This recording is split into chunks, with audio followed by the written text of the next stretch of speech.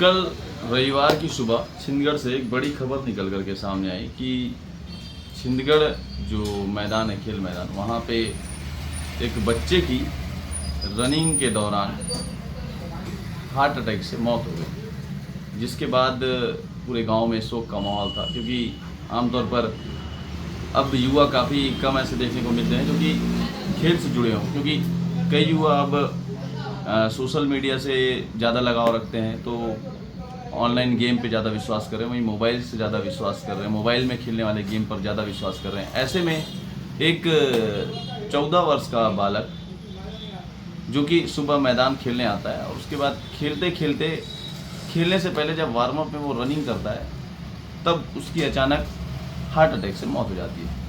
ये काफ़ी दुखद घटना है, जिसके बारे में मैंने सोचा क्यों ना अपने दर्शकों ही बताऊं। नमस्कार, मेरा नाम गौरव तिवारी है और आप ज़मीनी पत्रकार देख रहे हैं। और आज इस खबर को बताने के पीछे कारण ये है कि कैसे जो आज की युवा हैं वो अपने आप को स्वस्थ रखने के लिए खेल से जुड़ने का पूरा प्रयास कर रहे हैं, और ऐसे में भी अगर इस प्रकार से घटना हो जा रही है तो लोगों के पास क्या संदेश जाएगा, यही बताने के लिए मैं आज आया हूँ। क्योंकि जैसे ही लोगों को ये पता चला कि खेलते खेलते लड़के को हार्ट अटैक आ गई और गिरकर उसकी मौत हो गई, तो इससे लोगों के मन में एक भावना जागी कि कैसे खेलते खेलते हार्ट अटैक आ सकता है और खेलने वाले बच्चों को क्यों हार्ट अटैक आ सकता है। एक व्यक्ति ने मुझे यहाँ तक बताया कि हार्ट अटैक हमेशा खान पान की वजह से और उसके नसों में ब्लॉकेज की वजह से, खान पान में जो ब्लॉक हो जाता है उसकी वजह से हार्ट अटैक आता है। तो ये जानकारी मुझे एक व्यक्ति ने दी, तो मुझे भी लगा कि हाँ, 14 साल का बच्चा ऐसा भी क्या खान पान कर लेता रहा कि उसको ब्लॉकेज हो गया हो। तो काफ़ी लोग मन में कई तरह के सवाल उठ रहे हैं। तो उसके बाद मैंने आज हमारे एक डॉक्टर साहब मित्र हैं, उनसे चर्चा की, तो उन्होंने बताया कि खेल के दौरान उसको हार्ट अटैक आया जरूर होगा, लेकिन इसका कारण तत्काल का हार्ट अटैक नहीं है, उसको पहले से ही हार्ट में कुछ प्रॉब्लम रही होगी और वो उस समस्या से बिल्कुल भी वाकिफ नहीं था और उसे उस बात की जानकारी नहीं थी। और बच्चा रोज़ की तरह खेल मैदान में खेलने आता है, और जैसे ही वह खेल मैदान में फुटबॉल खेलने से पहले वार्म अप करने के लिए मैदान में रनिंग करता है, क्योंकि मैं खुद उस वक्त मैदान में मौजूद था। और यह घटना सुबह 6:30 बजे की करीब है, जब मेरे साथ और भी कई साथी जो हमारे छिंदगढ़ गांव के हैं वो सारे लोग खेल मैदान में मौजूद थे। और वहाँ पर वो छोटा सा बालक फैज़ल 14 वर्ष का बालक था और वो 9वीं कक्षा में स्वामी आत्मानंद स्कूल में पढ़ाई कर रहा था। और वो बालक फुटबॉल का काफ़ी शौकीन था। और बहुत अच्छी बात मैं आपको बताऊं कि बस्तर ओलंपिक ने उस बालक ने फुटबॉल में अपने टीम के लिए मेडल भी लाया था और उनकी टीम ब्लॉक स्तर पर बस्तर ओलंपिक में मैच भी जीती थी। और वो फोटो लोगों में काफ़ी वायरल हुई, सोशल मीडिया में काफ़ी वायरल हुई कि लड़का बस्तर ओलंपिक। तो कई लोगों ने ये भी कहा कि बस्तर ओलंपिक खेलते खेलते ये घटना हुई क्या। तो वो भी मैं लोगों की जो सवाल है उसका भी जवाब देता हूँ कि बस्तर ओलंपिक खेलते खेलते ये घटना नहीं हुई। बस्तर ओलंपिक में उसने मेडल जीता था अपने टीम के, और वो तत्काल अभी कुछ ही दिनों पहले जो बस्तर ओलंपिक का खेल समापन हुआ था उसमें उसने मेडल जीता था। और खेल के प्रति काफ़ी जागरूक था लड़का, क्योंकि मैंने देखा है कि 14 वर्ष के अगर लड़के आज के समय में फुटबॉल और क्रिकेट खेल रहे हैं तो ये काफ़ी कम देखने को मिल रहा है। क्योंकि आज के समय में लोगों के पास मोबाइल हो गया और मोबाइल में पबजी और फ्री फायर जैसे खेल को ज़्यादा लोग खेल रहे हैं। तो ऐसे में अगर वो बालक फुटबॉल खेलने आता है तो वो काफ़ी अच्छी बात है। और वो बालक सुबह 6:30 बजे छिंदगढ़ के खेल मैदान आता है फुटबॉल खेलने के लिए। फुटबॉल खेलने से पहले वो वार्म अप के लिए 2 राउंड मैदान की रनिंग कर रहा था। रनिंग करते करते अचानक बालक रुकता है और धीरे से पीछे गिर जाता है। और जैसे ही गिरता है पास के लोग चिल्लाते हैं कि भैया ये गिर गया। तो मैं खुद वहाँ पर मौजूद था, तो मैं खुद दौड़कर वहाँ पर पहुँचा। फिर मैं देखा कि कैसे गिर गया।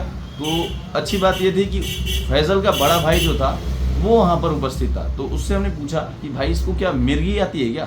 तो उसने बताया नहीं, मिर्गी तो नहीं आती है भैया। तो मैं बोला अगर मिर्गी नहीं आती है, ऐसे में कुछ ना कुछ इसको बड़ी प्रॉब्लम होगी, हो सकता है इसका बीपी लो हो गया हो या कुछ बड़ी दिक्कत है। तो ऐसे में इसको तत्काल अस्पताल ले जाना अच्छा होगा। तो फिर उसको उसके भाई से और एक लड़के से दोनों को बोल करके मैंने हॉस्पिटल भेजा। और जैसे वो दोनों बालक हॉस्पिटल पहुंचे तो जो बाइक चला रहा था वो बताया कि भैया चौक के पास वो जोर जोर से सांस लेने लगा, क्योंकि खेल मैदान तक में उसकी सांसें ठीक चल रही थी, लेकिन जब वो चौक पहुंचा, चौक के पास उसकी सांसें तेज हो गई और हॉस्पिटल जैसे पहुंचा उसके बाद उसे इंजेक्शन दिया गया या फिर जैसे भी उसके ऑक्सीजन लगाया गया, लेकिन फिर वो बच्चा सांस नहीं ले पाया। तो और उसके बाद फिर एक व्यक्ति को मैंने फिर भेजा कि जा भाई देख क्या उस बच्चे की कैसी तबीयत है। तो जब दूसरा लड़का जाता है हॉस्पिटल, और हॉस्पिटल में जाने के बाद वो आने के बाद बताता है कि भैया उसकी सांस नहीं चल रही है, ऑक्सीजन लगाया लेकिन बड़ा दिक्कत लग रहा है मेरे को। तो मैं खुद तुरंत हॉस्पिटल पहुंचता हूं और फिर मैं वहां जाने के बाद देखता हूं कि हॉस्पिटल में डॉक्टर हैं सुनी राम नाग, वो काफ़ी मेहनत कर रहे थे, उसकी हार्ट को पंप कर रहे थे, लेकिन फिर वो बच्चा सांस नहीं ले पाया और वैसे ही उसकी डेथ हो गई। तो ये डेथ हो सकता है कि चौक के पास ही हो गई हो जब ले जा रहे थे, या फिर हॉस्पिटल पहुंचते पहुंचते उसकी डेथ हो गई, वो सांस नहीं ले पाया होगा।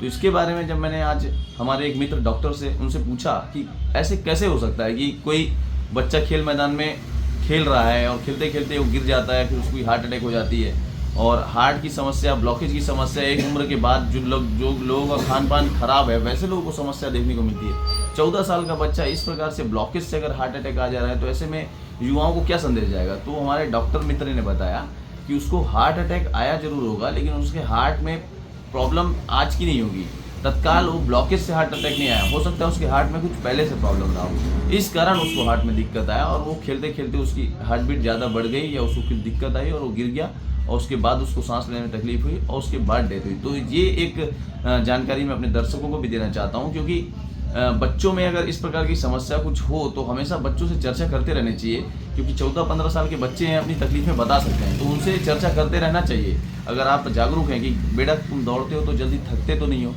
इस प्रकार से कोई समस्या तो नहीं है। ये वीडियो आज मैं इसलिए बनाया हूँ ताकि अपने दर्शकों तक भी ये संदेश पहुँचा सकूँ कि छोटे छोटे बच्चे जो घर पे होते हैं उनको भी शारीरिक रूप से उनका चेकअप कराना बहुत जरूरी है और उनको ध्यान देना जरूरी है। जो बच्चे खेलने जा रहे हैं उनकी फिजिकल फिटनेस कैसी है, वो थक तो नहीं रहे हैं जल्दी, अगर थक रहे हैं तो उनको डॉक्टर से उनका चेकअप करवाना चाहिए कि बच्चा जल्दी थक जा रहा है, इसकी थोड़ा जांच कर लें। इस प्रकार से जांच करना बहुत अनिवार्य है, क्योंकि 14 वर्ष का फैजल जब हमारे बीच से चले गया तो इस बात का हमको भी काफ़ी दुख है, क्योंकि मैंने खुद अपने आंखों के सामने उसको जाते देखा। और सबसे दुख की बात यह है कि कई आज के युवा जो नशे की ओर जा रहे हैं, जो कि गलत रास्ते पे जा रहे हैं, वैसे लड़कों को फिर भी कोई तकलीफें नहीं हो रही और वो बच जा रहे हैं, अच्छी बात है, वो उनकी किस्मत है। लेकिन ऐसा लड़का फैजल जो कि हमेशा खेल के लिए जागरूक रहता था और खेलने के लिए रोज़ मैदान आया करता था, रोजाना 3 से 4 राउंड वो मैदान में रनिंग करता था, और वैसे लड़के का डेथ हो जाना हमारे लिए भी काफ़ी दुख की बात है। तो मैं चाहता हूँ कि आगे भविष्य में किसी भी प्रकार से किसी युवाओं को इस प्रकार की समस्या ना हो, तो उसके लिए परिजन थोड़ा सा आप जागरूक बने और अपने